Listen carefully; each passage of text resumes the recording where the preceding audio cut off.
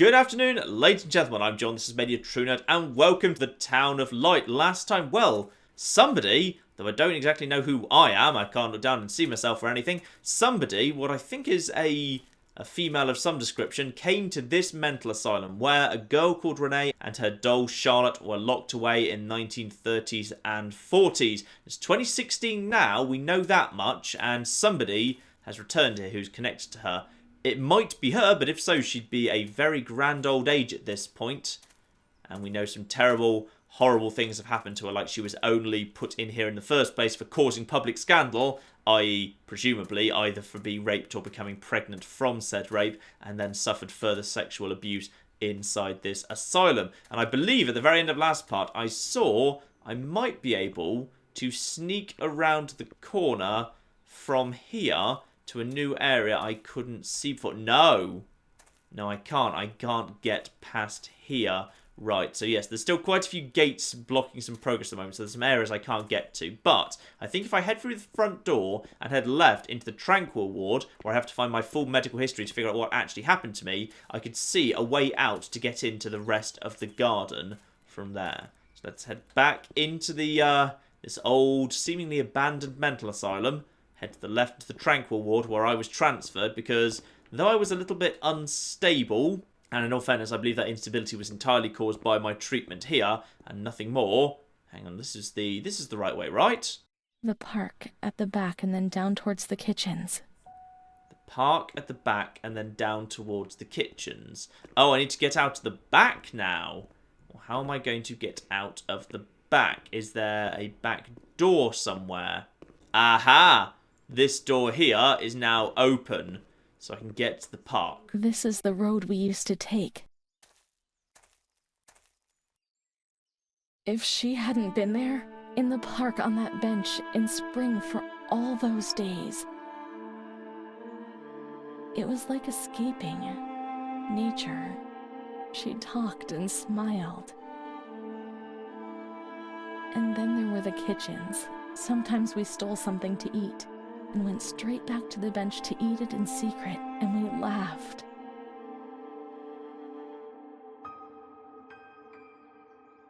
She did things to me. Sometimes she touched me. In the showers, I felt her body against mine for the first time. She wasn't in the system. He wouldn't let her in. That's it, she must be the key to my memories, to the reasons why. So there was another woman here, either an older patient or a nurse, who this girl ended up in a relationship with, and it would appear to have been one of the very few things that gave her any joy whatsoever. Okay, so we need to find our way round to the kitchens. Now, where are the kitchens going to be? Not this side by the looks of it. Probably the other way down the area that we haven't been yet. Fine. The game mentioned a bench that they sat on together. I'm guessing that might be a trigger. Aha! A bench straight ahead. Are you going to be the trigger for a metal? Oh, this isn't like a bench. This is like a, well, I guess it's a stone bench. Not our bench. Okay, indeed. I thought it looked like a wooden bench in the drawings there. One of these. There's a few different benches here. Keep looking. We've got to find the right bench. And it would appear that the garden was the only thing that helped, well, if not keep her sane, then at least let her keep a grip on a bit of her sanity. Let's head further down and around. And if we could just find a door that's not barred. Can we get into here by some chance? Aha! This could be just the thing. Can we get in through here? Up into here? Can we get through here? Oh, no. We can get up. We can get up here. This is good. Is there anything... Ah! What's this? Okay, that's just... No, sorry. I thought that looked like a letter to me for a second. But no. The scent of spring. The land of light was far away, and we spent the days chatting, seated on the stone benches. Ah, this is the way that lets me climb up. Fine. So this scaffolding will, by going around the corner, let me clamber up into an area that's locked off otherwise. But I need to find that bench first. That's my first priority at the minute. So now we're going round the other side of the building. The ground floor is the Tranquil ward, where I know I stayed. If I could just find the bench and then loop round to the front and cut into the Tranquil ward, that strikes me as the next logical place I'm going to. Is this the one? Keep looking. No, not yet. This was our bench. Into the kitchens. We often went there. She sometimes went on her own when things were going well. So, into the kitchens. I've got to find a way in and find the kitchen. I'm guessing that's where the doll's going to be waiting for me. And I saw, round the corner here, if I cut through this greenhouse, there'll be an open door. Alright, now round the front here, and yes, like I saw from above, there's an open doorway right here. Perfect. And this leads into the kitchens. Come on, let's search everywhere. She must be here, without a doubt. I doubt it. It has been, 60, 70 years. It's been quite a while. Ooh, good old gruel vats. Like a good gruel vat. So, yeah, we've got this big kitchen area. I'm guessing this might have been like a dining area? Possibly. This might have been... Actually, I guess if it's on the other side of the hot vat, probably best not to let the psychologically unwell children walk past the giant hot vat. It's probably a terrible idea, in fact. Big food mixer, big kitchen space. Nothing that way, so the only way to go... You mustn't give up. I'm not giving up. I'm just trying to find her. It's fine. Amara's not here. Maybe she's in the showers. We can find her there. The water was often cold. When it was cold, we ran away. But when it was hot, then she came to Renee, under that cruel white light. I can still feel the shivers that her body gave me. It all has to go back to how it was. If we recreate that magic, she'll come to us. Ah, so I need to get the hot water going and then go to the showers in order to recreate a very specific memory that she wants to relive. Got it. Okay, that's interesting. So we've got... It looks like we are dealing with some plumbing here. This looks like a big... What is this? Ooh.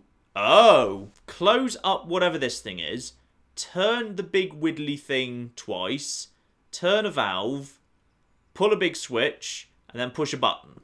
Right. Okay. Okay. Close a thing. This will be a big boiler then, won't it? Ah, turn the two wiggly things. Wibbly thing. And wibbly thing. So those are the two wibbly things. Next instruction. Turn the valve. I saw a valve here. Turn a valve. Okay, valve turned. Fourth instruction. Pull a big switch. Pull a big switch. Where is there a big... Ah! Pull the big switch. Beautiful. Big switch pulled. And then 5. Push... Is that a button? Push a button with a little triangle. Ah, right here on the front. And then push the button. I believe that is a big old industrial boiler fixed up. Lovely. So now I need to go and find the showers. Though, did I pass through those earlier? Yeah, that was where I had the memory of the big male attendant who abused me. Yeah, I think I remember where that is. Unless, of course... No! I need the showers in the tranquil ward. Ah, and that's what the scaffolding's for. That helps me get upstairs. Got it. We'll have to turn on the water in the showers and switch on the boiler. Ah, and then finally up here, we've turned on the boiler, we've got to direct it to the right place. So all of these have labels. That's for the laundry. That's for the ward baths. Is that right? The ward baths? Now everything's ready. We can go to the showers. We can go along that narrow corridor in the kitchens. We'll meet her in the showers. Okay, so that, I'm guessing, is going to crack open one of the new little paths. One of the paths that we just kind of passed earlier. And now from the kitchen, that little doorway is open and we can find our way to the showers that are in the tranquil ward. Okay, so we don't need to go upstairs. We will need to go upstairs later. Fine. Just remember that there is the scaffolding that leads upstairs. Oh, we don't need to do that even. We can just apparently take these here stairs to go upstairs. Fine. In a very, very filthy little side area. Fine. Now, I believe, therefore, I now need to go into the tranquil area, which is where I was staying at the time, according to the notes I found, and find these showers. So this is the... Oh. Slightly, probably unpleasant forced dentistry. Okay, yes, dentistry. Lovely. And this is just the tranquil ward for the less actively disturbed and dangerous patients. And there'll be some showers on the right here, because this wing will basically be a mirror image of what was on the other wing. Got it. And indeed, down that way to the showers. But I'm going to check out the other rooms first to make sure there's no notes or anything. I'm having to cut out a few little bits, by the way. Some of the drawings that they put out here are something in the way of explicit. Probably a little bit un-YouTube friendly, so I've had to cut some of those out, by the way. Sorry about that. You're not getting exactly the experience. Everything's ready. Let's strip off and leave our clothes on the hooks in the changing room. Okay, hooks in the changing room. Got it. Now, this will be a way of me verifying what it is I'm actually wearing. And what I'm wearing would appear to be a blood-stained white and blue striped thing, which is exactly what is in the asylum. Let's now turn on the water and everything will be as it once was. And that would suggest that what I'm wearing now is what I once wore here, suggesting that I'm the original girl. Obviously, this is actually me. Okay, so now I've got to just hit the water, head to the showers, turn on the water, and reunite with my memory of Amara, which will hopefully tell me what eventually happened between Renee and Amara. Got it. And I'm guessing in, the whole 1930s, 1940s, Catholic fascist Italy, the lesbian relationship was not exactly well received. Sorry, there's a switch right by where your clothes are. Right. And blimey heck, okay, there's a lot of naked people. Sorry, I'm going to have to cut most of this out. Sorry, there's a lot of nudity. If it makes you feel any better, it's really unpleasant nudity. Like emaciated, crying women who are clearly distraught. And I've stumbled across the memory of Renee and Amara there. Okay. Amara was the only thing that Renee had. They separated them. Renee to the semi-agitated ward, the one which terrified everyone. And of course they were caught and separated, and both of them were deemed to be significantly more mentally ill because of what they were caught doing. So Renee had been starting to recover because of company and fresh air and nature, but then of course the drugs and the shocks and everything else that was applied after she was caught in a lesbian relationship. Those injections were torture, the just punishment for what I was doing. And her, who knows where Amara was. They had taken me upstairs into that ward where no one wanted to go. And I know how to get there. We can go up the scaffolding that we saw outside. Perfect. When there was too much chaos, they closed all the windows and the door. They switched off the lights and it was pitch black. Some people fell asleep. Some others stopped seeing their demons and things became more peaceful.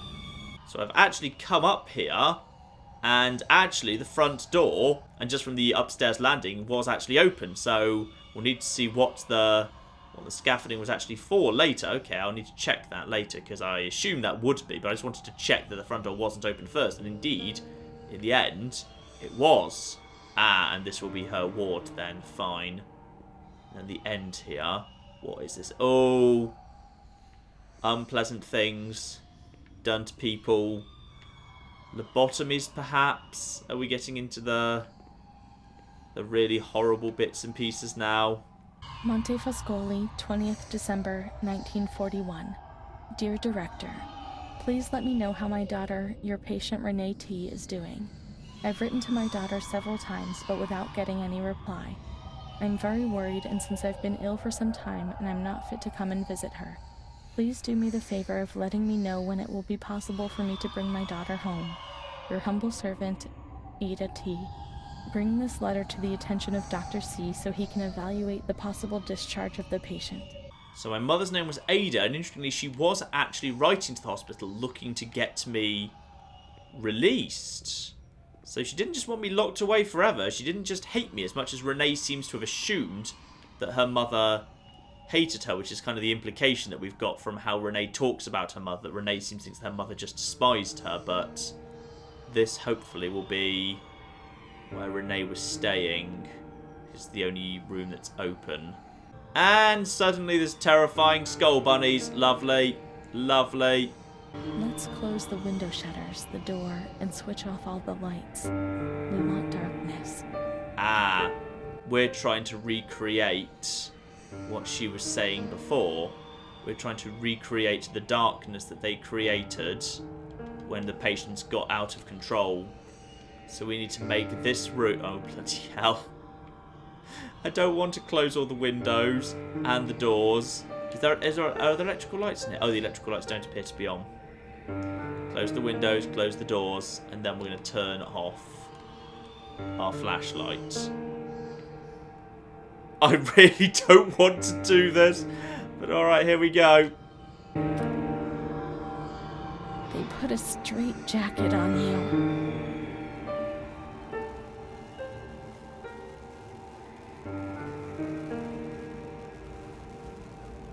They gave you a cold shower.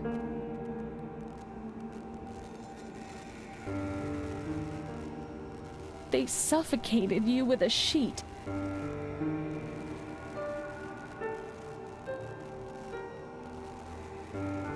They tied you to the bed. They tied me to the bed. A woman died next to me, suffocated by her own vomit. She was tied down because she wouldn't stop masturbating. I remember her death rattle. I screamed, but nobody came. Everybody screamed in there. The whole lot of them. It was then that I saw that doll, which wasn't Charlotte. No, she wasn't Charlotte. Who's that? The edge of the bed.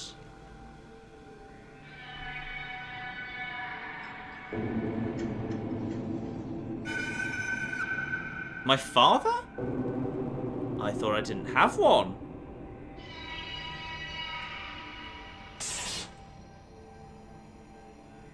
Or that he'd left long ago, at least. Oh. The past was like the present. That doll, that man, the shame. Renee was increasingly divorced from reality. How will I ever be able to find out what really happened? How will I ever be able to find Amara again if I can't even find myself? And now I seem to be locked in here. The door is closed and locked. Ah, there's a letter here. Do I have to read this to make the door open? Monte Foscoli, 12th November, 1939. Dear daughter, it is with great sadness that I have heard what has happened. Your transfer and your sufferings are a cause of great worry for me. It will take time, but you'll see. Things will improve. They'll treat you and you'll get better again. I pray a lot, every day. Write to me often and tell me if you need anything. I'll do what I can. Try to be strong, Mom. This is the last letter she wrote me. Once I was put into this ward, loneliness arrived. After that medical examination, I received no more letters from Mum. Why is that man here? Why doesn't she come? Did I make a mistake? It didn't look like she wanted to abandon me. What did I do wrong? I should like to be able to reply to her again now, to change things. Please, I beg you, get me out of this place. They've taken everything. Ah, I'm in my head writing what I would have written to my mother. I'm so alone. They hurt me. Get me out of this place. Be specific. Get in the... They've hurt me. Perhaps pretend to be ashamed and regretful for what happened to make it sound like you've learnt your lesson. Might be the best way to get out of here. I'll work hard. I'll be good. I don't know what's happening to me. I just want to die. They hated me. Yeah, again, sound as rational and sane as possible. I'll work hard. I'll be good. Will she reply? So now I've got this letter. The letters were sent to the archive. It was their job to send them. Another map down the corridor. Ah, here we go. So we've got toilets, a nurse's room. Okay, so there's a nurse's room back here, and then those two big doors there, hopefully, are the archive. So we've got a nurse's room here, but let's see if we've got any more letters from the nurses. Because the nurses seem to be at least somewhat on my... Ah, newspaper clippings. 2 people got married, don't know who. Italy's entry into the war announced by the Duque. Ah, Mussolini joining the Axis. Fine. New tuberculosis unit opens. Ah, that probably is what eventually shut this place down. It was converted into a tuberculosis unit that was deemed very, very, very important. because of an outbreak, and that's why everyone was moved on. So we will hopefully move to a better area. And what have we got here? So that there, Charcot, is the facility that I'm familiar with. But it would appear that there is another facility nearby. Where did I come from? Okay, so I started up there, up in the kind of the top area there. That's where I started. But it would appear out the back there are more buildings. Possibly the facility we were moved to if this place was turned into a tuberculosis ward. Okay. Well, let's head to the archive and see what we can find out. That might be where we're going next then, those other buildings. A good old skull. Not sure what that says. Italian people, please help. Please tell me what was written on the top of the skull. Thank you.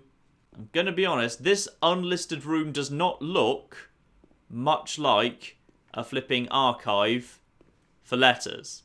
When you were sent to a lunatic asylum, you lost the right to possess anything. Everything you arrived with was packed up and stored here, even the clothes you were wearing, in case you were released one day. Too many, however, never left. There must be a file with my name in the filing cabinet, somewhere here. This is the storage room where the stuff was put for the inmates. Right, so I need to find my one in here.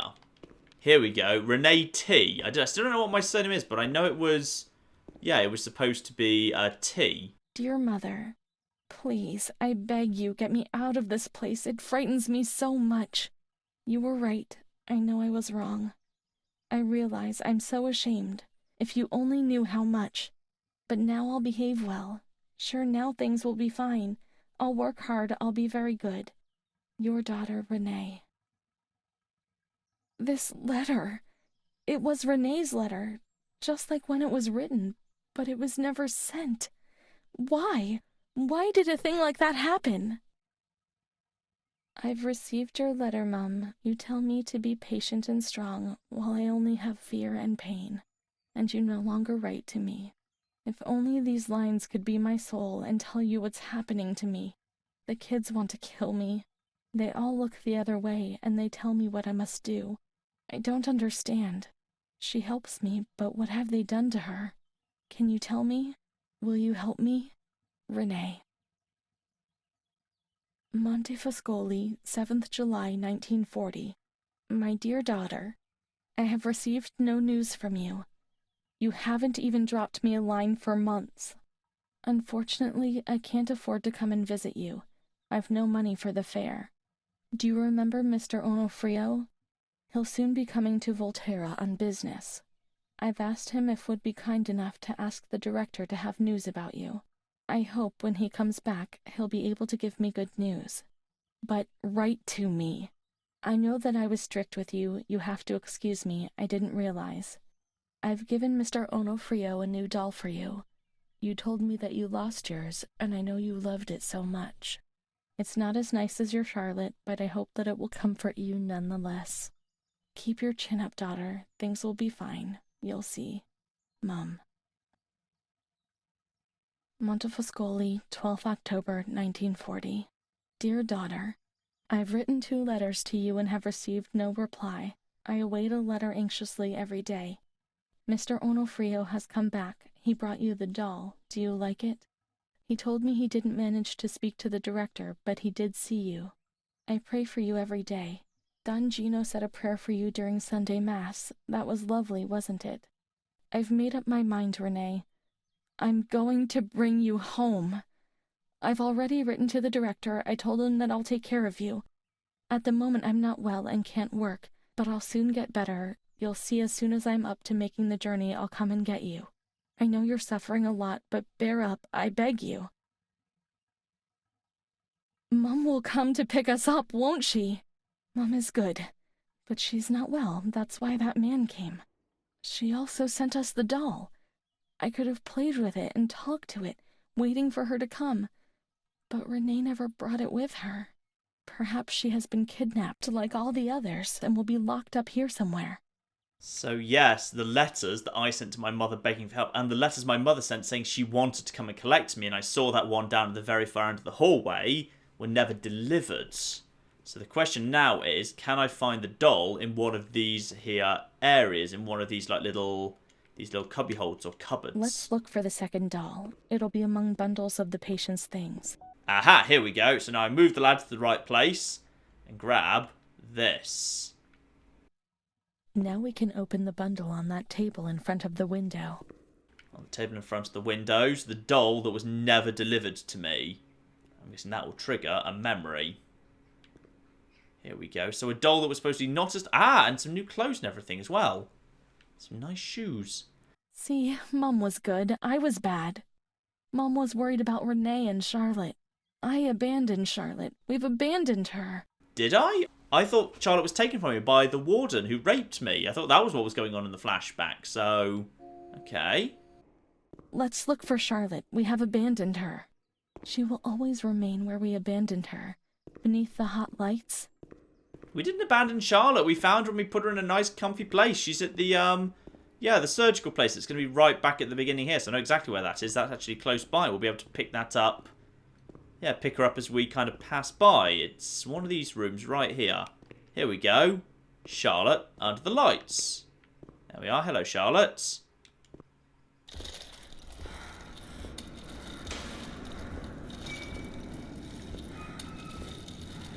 And here I am in a wheelchair in the past being moved around, but what? Oh. The reason why I wasn't allowed to go home, my mother wasn't allowed to communicate with me, this place was being turned into some form of test centre. Oh yeah. Related to tuberculosis, is it possible that I was deliberately infected with and then given experimental treatments for it? It's possible I was used for experimentation. In all fairness, in the 1940s, mentally unwell people being used for medical and scientific experimentation would hardly be unheard of. More obviously associated with Nazi Germany, but fascist Italy, entirely feasible it did the same. Body is brought out on a stretcher, presumably dead there, and I'm guessing I'm due in next. What are you? You don't look like a doctor to me. You're like a, Catholic. Oh, oh. What am I being?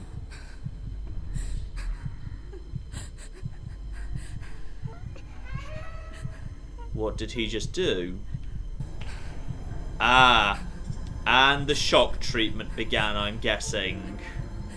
With that at the side, and those little things either side of my head. Beautiful.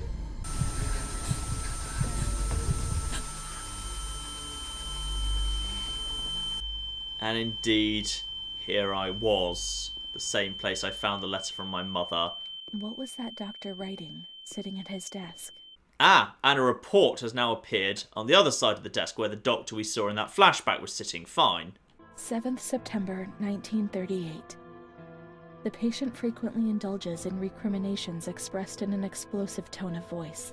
This morning she threw away the milk, saying it was full of urine, spittle, and all the other filth. Crazed, she hears voices. They order her about. She says she heard children singing. They were imprisoned in a school. 20th January 1939. Mutistic, groggy, pays no attention to anything. When questioned and stimulated, she starts crying and weeping. At other times, she laughs. 1st June. Apathetic, eats very little. She refuses to be touched. Doesn't respond. Passes her time in the park. The cooks report that she sits on a bench in front of the kitchens. 14 October. Impulsive once again. This morning she asked for 2 eggs to make zabaione, but the moment she was given them, she threw them away. Excited, uproarious, slightly confused, she strips off. 8th December. Tied to bed for 15 days. High-spirited, tends to make witty comments and use vulgar words, laughs hysterically, masturbates. The nurses report that about 2 weeks ago she remained in the showers on her own and didn't want to leave. Oh no. They report that when they took her away, she swore at them and then hit out at them and bit them. 2 nurses had to be treated for their injuries. Since then, they've kept her tied to the bed. Transferred to the semi-agitated ward, from the care of Dr. B to the care of Dr. C. I was with Amara in the showers. My memories terrify me. They're not real, are they? There was never an Amara. There was never a comforting, nice, friendly girl you had a lesbian relationship with. You just stood in the showers on your own and refused to leave, and you sat on the benches in front of... Oh, no. There wasn't even an Amara. Oh, that's horrible. She was the only good thing in this place. I'm more mad than I thought I was, apparently. Let's go for the nice option C. Let's be nice. 15th December. Dr. C. Patient notes. The abnormality of her psychic state has induced her to lead a life which is irregular and tends towards delinquency. A fickle and flighty character, she abandons her household duties at intervals and dabbles in occasional prostitution. Delinquency? Maybe I answered someone back rudely. Yeah, at times they get on my nerves, but delinquency? And the prostitution? No, why? Why say a thing like that? The old doctor tried to understand, but this one just brands you without even understanding, or even trying to understand. Her mental deficiency makes her deaf to the reprimands of her family. She has shown suicidal tendencies. She was brought to the ward yesterday, agitated and vociferous, treated with cortisol, 2 injections a week for 5 weeks. They were only trying to confuse us with the therapy, and my God, they managed. It was as if they wanted to instill the madness into us. I don't know if I can trust the narrator. The narrator clearly was imagining things. They were the only therapies that could be used. There were so many of you. What could they do to manage that hell when there were so few of them? The end justifies the means for those who have the... Oh... I guess, yeah, from their point of view, the end just justifies the means. They didn't know any better. The field of mental treatment was appalling at this point of history. 2nd June.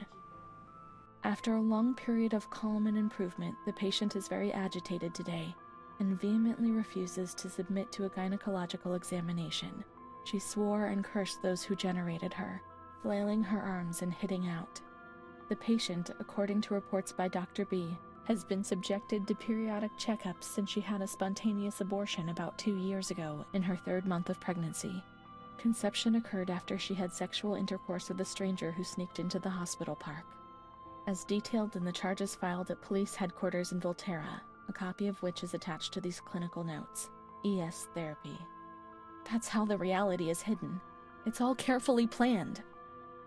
So that we do know was a lie. They claim there was a spontaneous miscarriage after I was raped by a stranger who snuck into the grounds, when actually I was raped by a member of the hospital staff, and there was an abortion forced upon me here. Okay. All well planned. Yeah, the institution was just trying to protect itself. 13th June. The nurses report that after having received her mother's letter, she fell into a state of great mental confusion. She threw her soup over another inmate because she was very anxious, and she punched a nurse. Impulsive, lashes about her. She rails against the doctor in vulgar terms while he is examining her, lashes out and spits. Block all correspondence so as not to give the patient further reasons to become agitated. 20th August, tied to bed. The nurses report that the patient becomes highly agitated after the visit of a relative or family friend. Even 2 days later, she still shouts ceaselessly that he commands her, that she must obey and harm herself, and that she is not Charlotte. All visits forbidden, constrained to bed and intensification of ES therapy until we achieve results. No contact with the exterior. In that way, no one knew what was happening within these walls. You know, in some ways, what appears to be emerging as the truth, the fact that she was blocked from receiving the letters, because when she did receive the letters, she became violent and unpredictable. That's almost worse than, my original theory of there being a grand conspiracy involving secret experiments for tuberculosis, because then it's just an evil secret experiment. This is much worse. This truth is far worse than that conspiracy theory, because now it's just actually these were people trying with their understanding of medicine to do the best they could, and my understanding of what was happening was not reflective of my reality and my behaviour. Oh dear. And sadly, I think in some ways the truer option is C. You don't remember what happened when the letters arrived. You can't judge. You just don't know. We don't know. 3rd March. Alert, correct attitude, replies when questioned. The nurses report that the patient is calm. She washes and looks after herself. She affirms the existence of a certain Amara. She says that Amara is a patient who disappeared when she was moved to this ward. No confirmation. Probably a regressive hallucination. Evaluate transfer. Amara invented by me? That's not possible. She was there. I know she was there. I feel it. She must have left traces somewhere. No, she didn't. She didn't exist. Oh god, I don't know what's true or not anymore. So if there's going to be any trace she existed, it'll be in that archive room we were in a moment ago. So if we head back over there, we'll see if we can find any sign of Amara existing, but there won't be any. There won't be any Amara. She just didn't exist. But it would seem that by 1941, despite the brutal bluntness of the treatment, actually it kind of... Uh-oh. Something just happened at the end there. I think I might be having a wibble. What's happening? Am I okay? We alright? I thought I saw something flicker at the end of the hallway. But it could have just been a visual glitch or my own mind starting to play tricks on me. These are Amara's things, I'm certain. Really? This particular package I just happened to click on happens to be her things? Amara, there she is. She existed, certainly she existed. There she is, my friend. 12th March, 1938. Today, Renee, the young girl, arrived. She's terrorized, poor thing. See, she remembers when we met the first time. I met her mother, poor thing. She gave vent to her fears with me. I promised her that I would keep an eye on her daughter. The lady told me her daughter's doll had been taken away from her, and she was very worried about this because when Renee's depressed, as she is in this period, she barricades herself inside and can't communicate. She uses the doll for this, and it becomes her voice, her eyes, and her ears. Dr. B said that I'll soon get out of here. I'm sorry, I'm sad about leaving Renee. I'll no longer be able to protect her. My poor friend! She was hoping to be able to get out of here, but nobody ever leaves this place. That poor girl is really ill. I'm the only one she ever speaks to. I told her I was leaving, and she stared at me, saying that I would never leave. She almost frightened me. Then she started to cry. I felt like crying too. She didn't say anything else. I'm worried because that terrible man had set his eyes on her. I'm certain it was him who brought her in here. Of all the good people that there are, why did it have to be him? She knew. I told her everything. She knew about that man.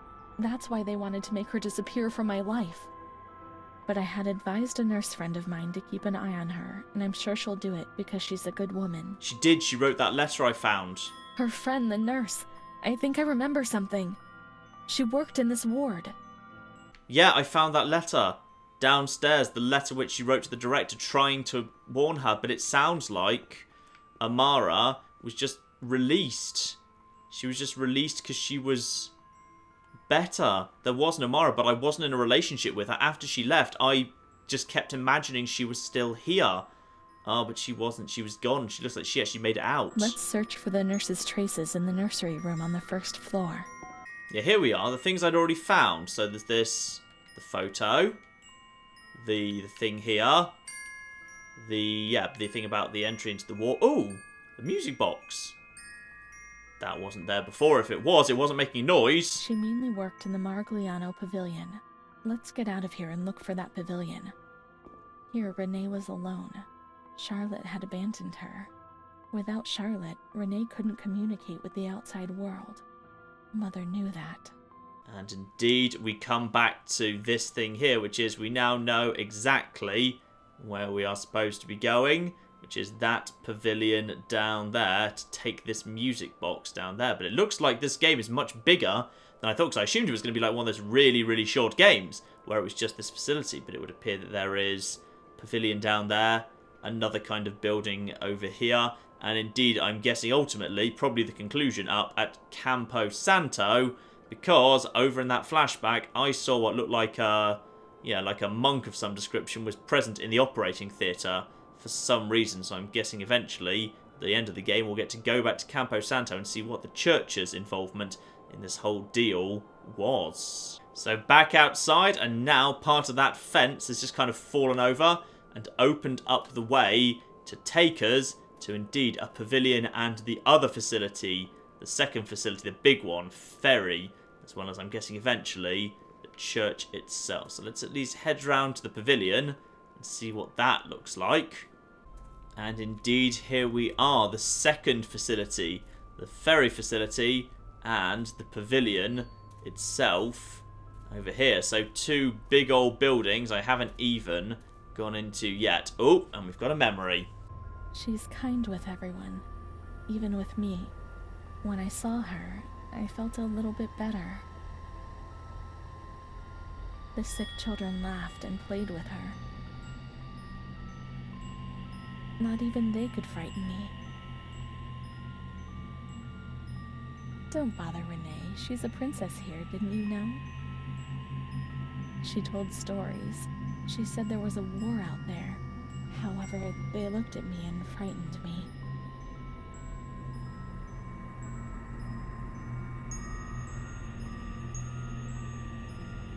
They would come to look for me in the evening, and then no one would have protected me. Not even you, Charlotte, right?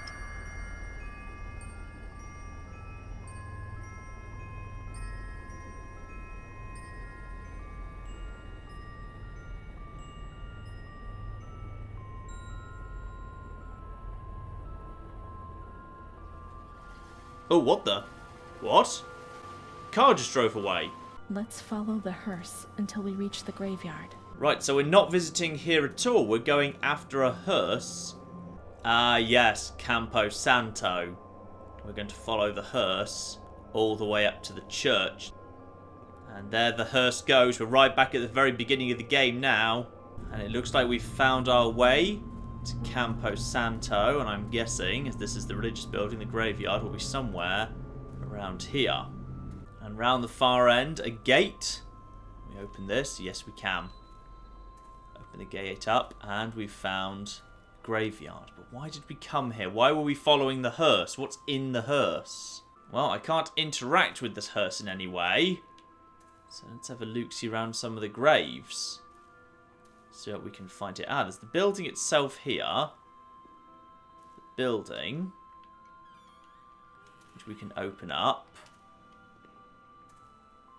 And Charlotte, you're down here. There's Charlotte. My voice, my eyes, my ears, my very soul. Let's go and play together once more. Why am I worried by who might just be in that coffin? Dear, oh dear. Right, so now it's night.